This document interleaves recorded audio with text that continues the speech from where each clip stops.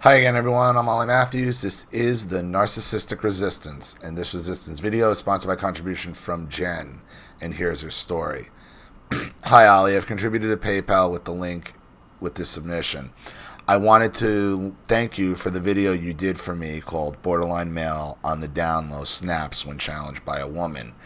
It really opened my eyes to the truth and answered so many questions about the monsters I was raised by. Your gift of perception with these monsters is incredible and very accurate. I also like that you challenge us to think about our past responses to these narcs, as we should be asking ourselves why. I learned so much from your channel about narcissistic tactics and the importance of going low, no contact. I also see your point of being emotionally involved in situations with narcissists in our life and having difficulty with getting a clear perspective. With the last video you did for me, I am sure it's not difficult to imagine what my childhood was like, so I'm sure it's not shocking that I have picked romantic partners who mirrored my childhood experiences. I have been married twice, and both have ended in divorce with children involved. My first marriage was for 12 years, resulting in 3 sons who are now 21, 18, and 12. The boyfriend I spoke about from the first video. My second marriage lasted 2 years. We were together for 5. The relationship ended 7 months ago when he discarded me and I moved out. We were divorced in March of this year. We have a 4-year-old daughter together, so I have had to go low contact with him, as I will not alienate my daughter from him. Good for you. To give you a brief history of this last relationship, we met on a dating website. There we go again. Another website, another social media thing. It was a good way to screen people, so I thought, and a convenient way for a single mom with kids to meet new people. I know those sites can make us narc bait. We talked for a week before our first date. He was charming, funny, had a career, was independent, and had similar hopes, dreams for the future. The relationship was like a whirlwind and went way too fast. Other than us getting married, we were engaged for 3 years, and the 2 years we were married was horrible. Excuse me.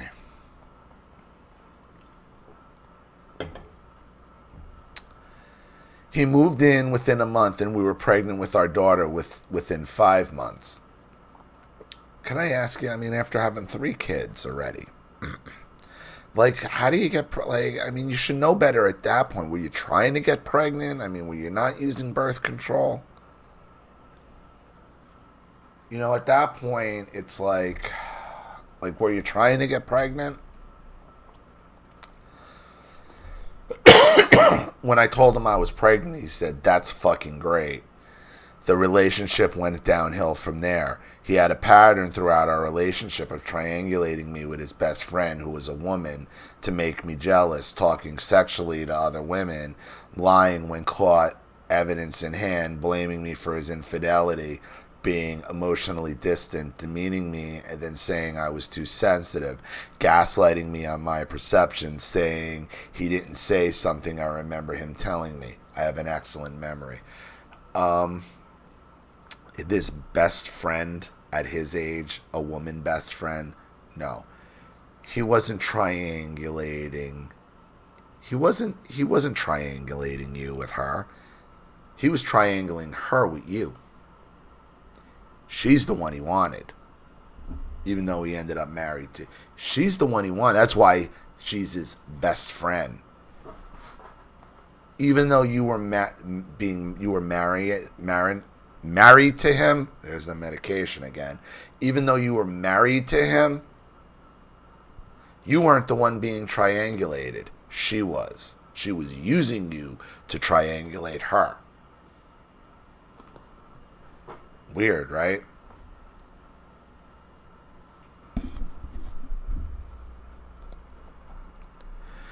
He was constantly unhappy no matter what I did. I had a tendency to people please and take on too much responsibility to make others happy. Let me ask you something. This woman, she wouldn't happen to be attractive, would she? Or is she 400 pounds with a thicker beard than me, right? And a mole on her nose, because that's who his best friend is, right? Or is she a good-looking woman in good shape, huh? Ask me. Riddle me that. Riddle me that. If it's the latter, I take it all back and I'm wrong. But something tells me I'm not.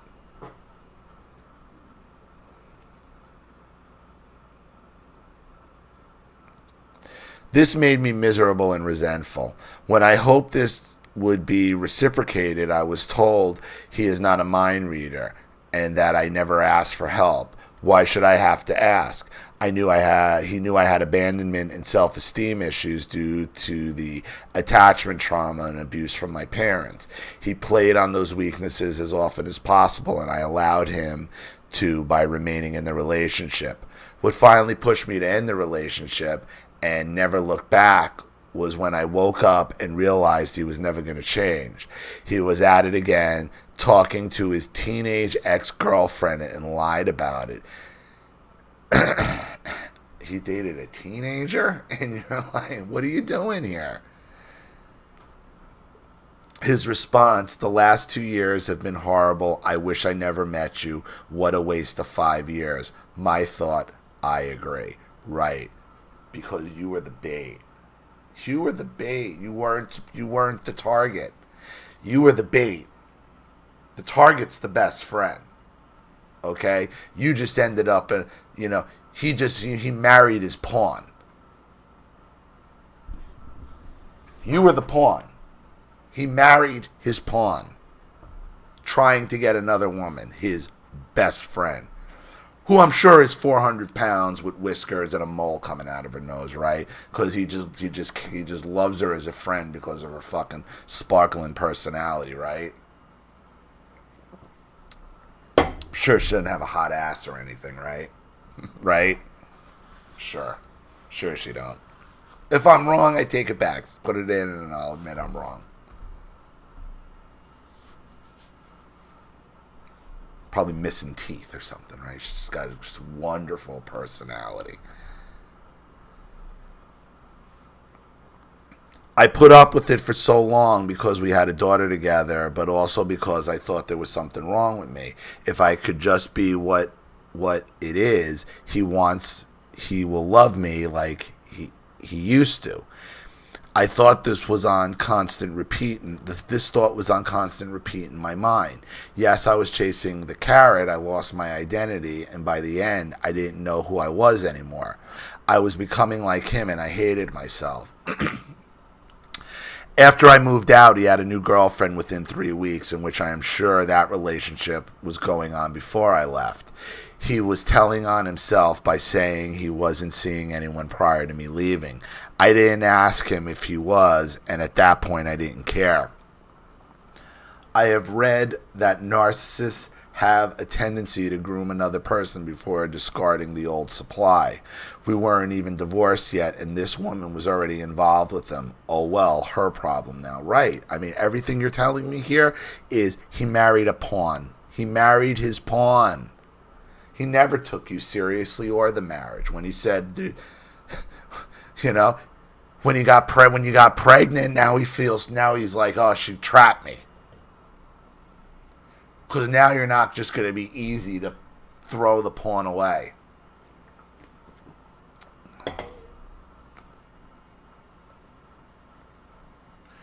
After my ex-husband and I separated, he sent me nasty text messages constantly, belittling me, calling me names, blaming me for all his problems, gaslighting me and acting controlling.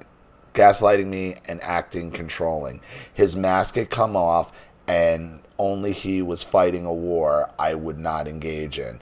I kept all the text messages. He has used several tactics to make me jealous of his new girlfriend by making sure I know he is taking more time off work to spend time with her, always worked overtime and rarely missed work in our relationship. Our daughter tells me he spends a lot of time in the bedroom with his girlfriend watching TV in their bed, leaving her in the living room alone. He always was present and spent time with the kids in our relationship. He recently introduced the new girlfriend to his brother and his drama queen mother, in which I will get into in just a moment. He also has his new girlfriend on Bluetooth with the display on his dashboard saying "my love" for me to see when I put our daughter in her car seat in his car. I'm sure that was meant for me to see to try to upset me, because he has never had a pet name. He never had a pet name in his phone for me, and would always hang up with me when picking up his son from the other baby mama's house. His name for his ex. I frankly don't give a shit. He has moved on and he knows this, so the tactics have changed. For the last few months, when he knows I am taking the day off of work, he will text me in a hoovering attempt for supplies, saying all the things he thinks I want to hear, but I call him on his bullshit. He asks his mother, who watches our daughter while we work, why I am taking the day off of work. I don't tell her because it's none of her business, as you shouldn't. He has told her as his mother acts as his flying monkey, if I hadn't talked shit to his friends, we would still be together. Yes, I outed the narcissist to his friends. I thought they were my friends too, flying monkeys as well. All needed validation that I wasn't crazy, and of course got back to him. He actually said we keep our promises within the family, not share them with my friends. You're trying to shame a narcissist, and you're not. You shame him by leaving and by staying away. You're just a pawn to him.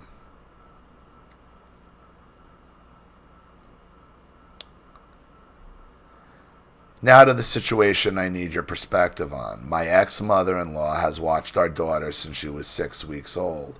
She is a drama queen and creates drama any chance she gets with the adult relationships in her life.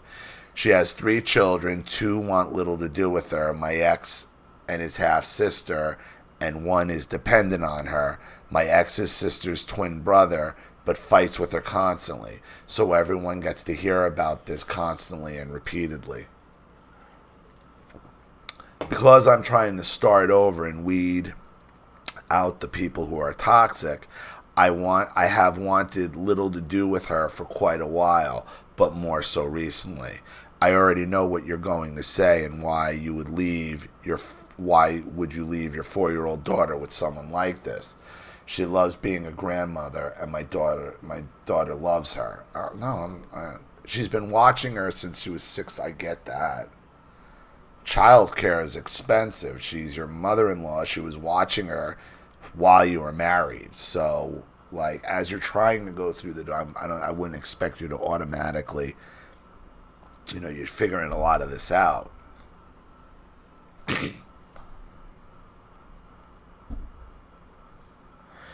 Because I've been going low contact with the ex's mother, she began her tactics of creating drama recently. Last Friday was my ex-husband's weekend with our daughter. While I was picking up our daughter from her house after work, I told our daughter she would be going to Daddy's house when he got off of work.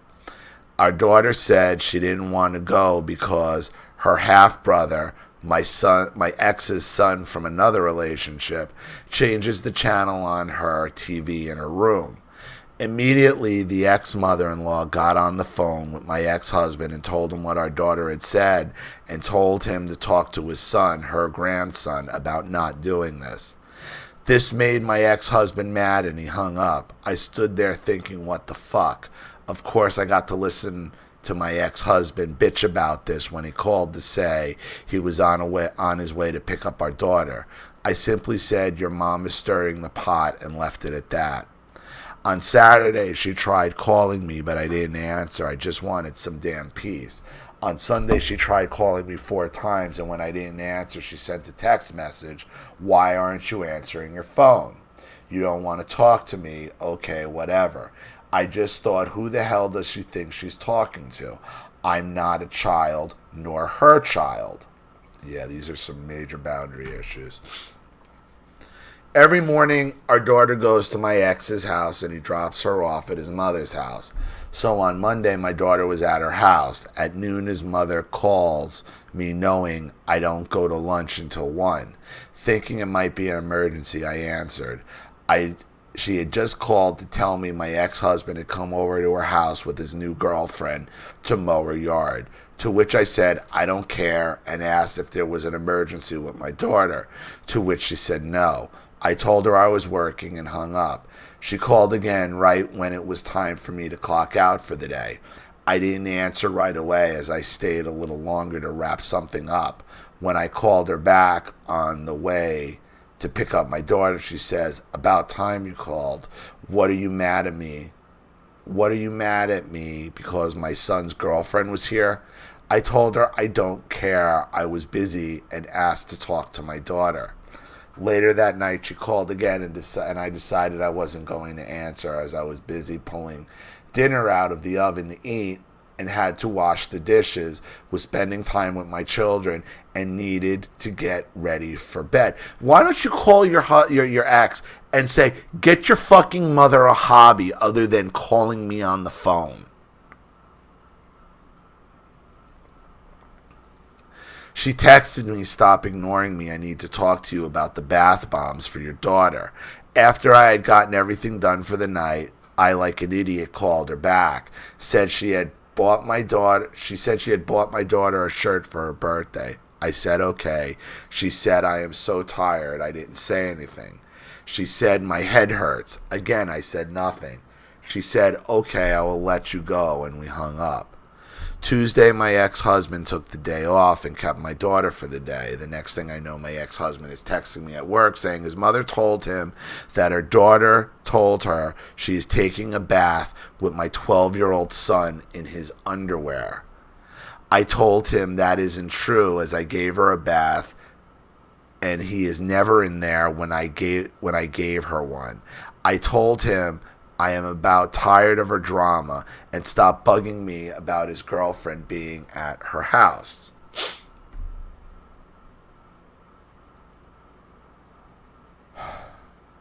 He acted like the caring friend. Saying, I'm sorry she is like that, and told me to stop talking to her. I told him if I could cut out all the people who are the most toxic in my life, I would. He agreed he was tired of her shit and would cut her off after our daughter starts school in the fall. I told him good luck with that, in which he said it was going to happen. I stopped texting after that as I was done talking about it. 10 minutes later, he texts his controlling message of our sons will not be in the bathroom when our daughter is taking a bath, in which I replied, good. I'm glad you agree. I believe already my son is not in there when she's taking a bath, didn't I? The text stopped after that.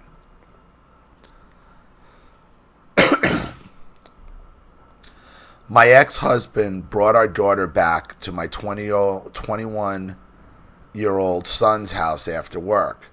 I am staying here until I move on the 14th this month. I've worked really hard to get a home loan and got the word from the loan officer I was approved that day.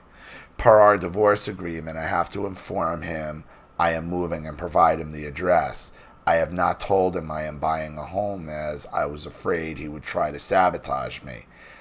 He had been talking about bankruptcy on the joint loans that were transferred to his responsibility in the divorce, as he could not refinance due to his poor credit. He owns the home I moved from and made sure I knew I had no entitlement to it in the divorce. He must have Googled my new address and found it was for a sale. This was at 6:40 p.m. At 7:15 p.m., I got a text message from his mother. I told you not to say anything to my son, but you did. I won't tell you anything else about my son. You better hurry up and tell him I texted you and said something to you so he won't be mad.